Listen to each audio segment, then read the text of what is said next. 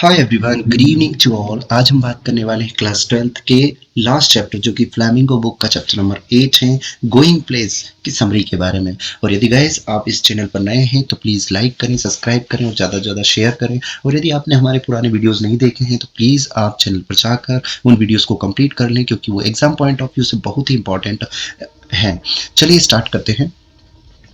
तो गाइस, जो going place के बारे में बात कर रहे हैं, जिसको अबाउट ए आर बर्टन के द्वारा, किसके द्वारा? ए आर बर्टन के द्वारा कंप्लीट किया है।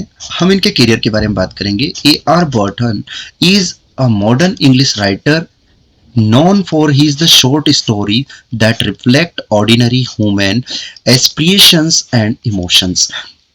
ए आर बर्टन एक आधुनिक अंग्रेजी लेखक हैं जो अपनी लघु कथाओं के लिए जाने जाते हैं, जो सामान्य मानवीय आकांक्षाओं और भावनाओं को प्रतिबिंबित करते हैं। राइटिंग स्टाइल की बात करें तो his work often explore the struggles of common people and their desire for a better life। और गाइज, उनकी जो कृतियां हैं अक्सर आम लोगों के संघर्षों और बेहतर जीवन के लिए उनकी इच्छाओं का पता लगाती हैं। आगे बात करें, he portrays the complexity of relationships and dreams, blending realize with subtle emotional depth। और गाइस, उन्होंने ये भी बताया कि वह रिश्तों और सपनों की जटिलता को चित्रित करते हुए तथा यथार्थवाद को सूक्ष्म भावनात्मक गहराई के साथ मिश्रित करते हैं। बात करें थीम ऑफ गोइंग प्लेस की, आप लोगों को सभी को पता है कि हम बात कर रहे हैं गोइंग प्लेस, जो कि ए आर बर्टन के द्वारा कंप्लीट किया गया है और हम उन्हीं के बारे में डिस्कस कर रहे हैं। तो the theme of going place का क्या है? तो देखिए, the story examine the under unrealistic dreams and fantasies of a young girl, Sophie, and contrast them with the harsh realities of life। Realities life. अब गाइज, यहां पर बता दें कि कहानी एक युवा लड़की सोफी के अवास्तविक सपनों और कल्पनाओं की जांच करती है और उन्हें जीवन की कठोर वास्तविकताओं के साथ तुलना करती है।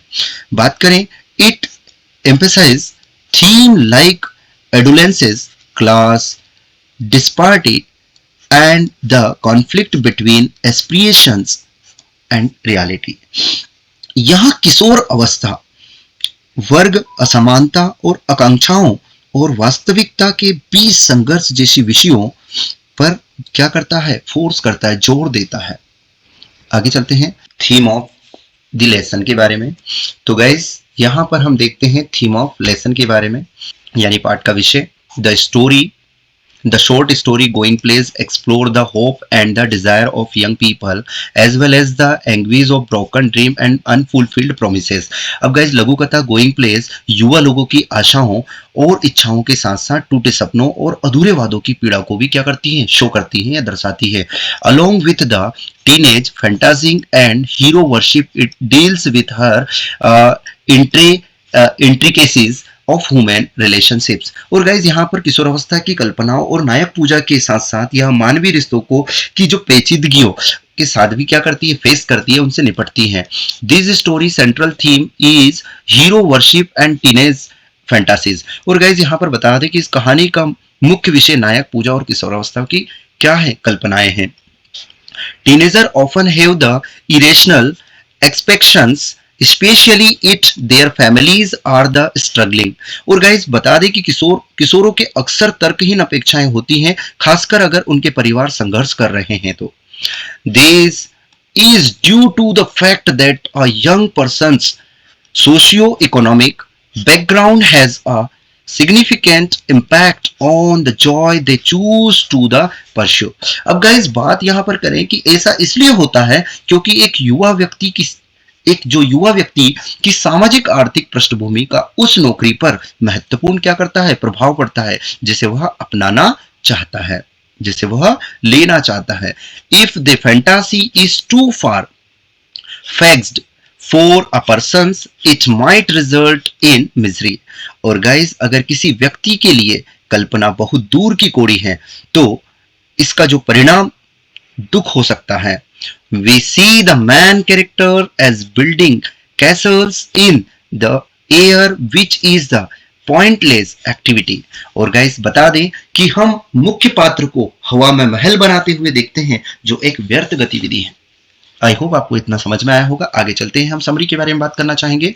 तो समरी, अब यहां पर बात हो रही है सोफी के बारे में। Sophie and Jansie are two teenagers who are coming back from school.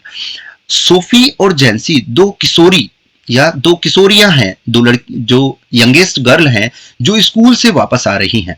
They both work in a biscuit factory, और वे दोनों एक बिस्किट फैक्ट्री में काम करती हैं। Sophie is lost in her imaginations of owning a boutique shop and becoming famous like Mary Quant, a fashion designer। अब guys क्या होता है कि सोफी एक बुटीक शॉप की मालिक है होने और एक फैशन डिजाइनर मेरी क्वेंट की तरह मशहूर होने की अपनी कल्पना में खोई हुई है। अब यहां पर जो दो नेम आ रहा है, एक तो मेरी क्वेंट की बात कर रहा है। आगे बात करते हैं guys. Jancy tells her not to dream big as it requires loads of money which they don't have. और गाइस जेंसी उसे बताती है कि बड़े सपने मत देखो, क्योंकि इसके लिए बहुत सारे पैसों की जरूरत होती है जो उनके पास नहीं है। आगे बात करें तो नेक्स्ट जो दे रखा है, to these she replies that she will become an actress, earn a lot of, and then on a यहां पर जो दे रखा है बुटीक। अब यहां पर बता दें कि इस पर वह जवाब देती है कि वह एक अभिनेत्री बनेगी, खूब पैसा कमाएगी और फिर एक बुटीक खोलेगी, will open a own boutique। अब नेक्स्ट जेंसी क्या कहती है। जेंसी being a realistic person does not of the support her thoughts।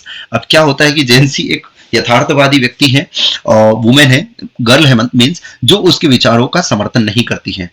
On reaching home Sophie feels choked in that small house which is full of the stoves, steam and looks unit untidily because of the dirty dishes।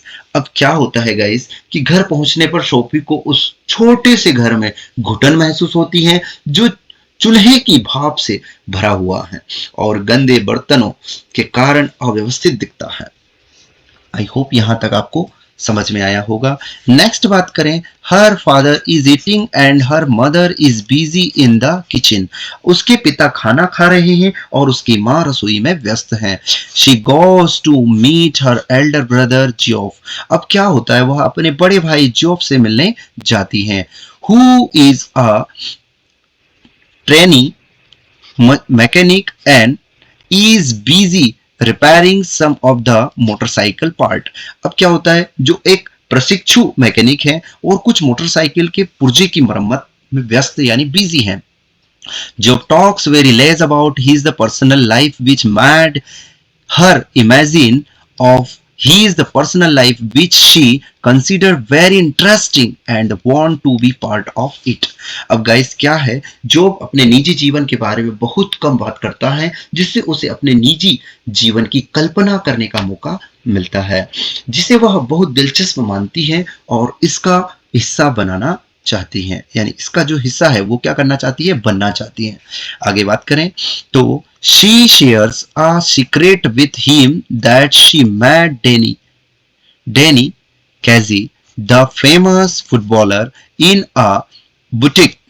अब क्या होता है, वह उसके साथ एक रहस्य साझा करती है, किसके साथ, उसके ब्रो के साथ, और कि वह एक बुटीक में प्रसिद्ध फुटबॉलर डैनी कैसी से मिली थी। वह उसके ब्रो को ये बताती है। ये कौन है, ये है जॉफ जो कि बात कर रही है। अब आगे बात करें, her brother and her father do not believe her. अब देखो उसके भाई और उसके पिता उस पर विश्वास नहीं करते हैं, but she tries to make them believe this. और फिर भी लेकिन वह उन्हें यह विश्वास दिलाने की कोशिश करती हैं। She also tells her brother about her date with Cassie. अब क्या था गाइस कि वह अपने भाई को कैसी के साथ अपनी डेट के बारे में भी बताती हैं। आगे बात करते हैं Her brother does not believe her but give her a chance to believe her story. उसका भाई उसकी बात पर यकीन नहीं करता है लेकिन उसे उसकी कहानी पर यकीन करने का मौका देता है. On Saturday, Sophie and her family go to watch a football match as all of them are great fans of football. अब guys यहाँ बात आगे जो कि शनिवार को सोफी और उसका परिवार फुटबॉल मैच देखने जाते हैं क्योंकि वे सभी फुटबॉल के बहुत बड़े प्रशंसक हैं. Their favorite team wins due to a goal made by Casey. केसी द्वारा बनाए गए गोल की वजह से उनकी पसंदीदा टीम जीत जाती है. आगे बात करें. All of them feel so overjoyed. वे सभी बहुत खुश होते हैं. When Sophie returns home with her little brother Derek. अब क्या है जब सोफी अपने छोटे भाई डेरेक के साथ घर लौटती है तो Jansie questions her about the reality behind her meeting with Danny कैजी.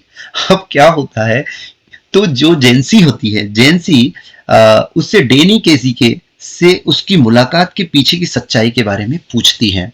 Sophie gets angry with her brother because of letting her secret out but tries to handle the situation and succeeds.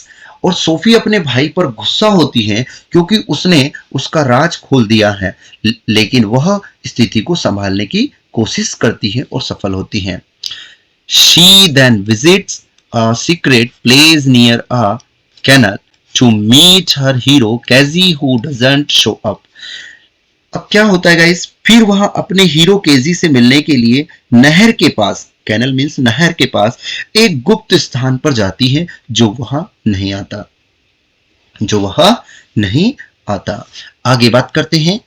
आगे दे रखा है guys कि she knows that it was just her imagination but she was so lost in his love that she doesn't want to come out of these.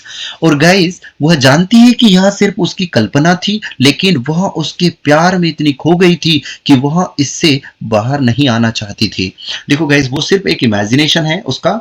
In the end she returns back to her home with sadness in her heart.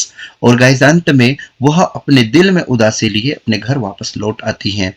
But when she comes across the Roy's boutique, she again finds herself lost in her hero's dreams. और guys यहाँ पर बता दें कि लेकिन जब वह royal boutique के सामने आती है तो वह फिर से खुद को अपने हीरो के सामने खोया हुआ पाती हैं. Thank you for watching. बने रहिए हमारे साथ. हम मिलेंगे नेक्स्ट वीडियो में. तब तक टेक केयर. Bye bye.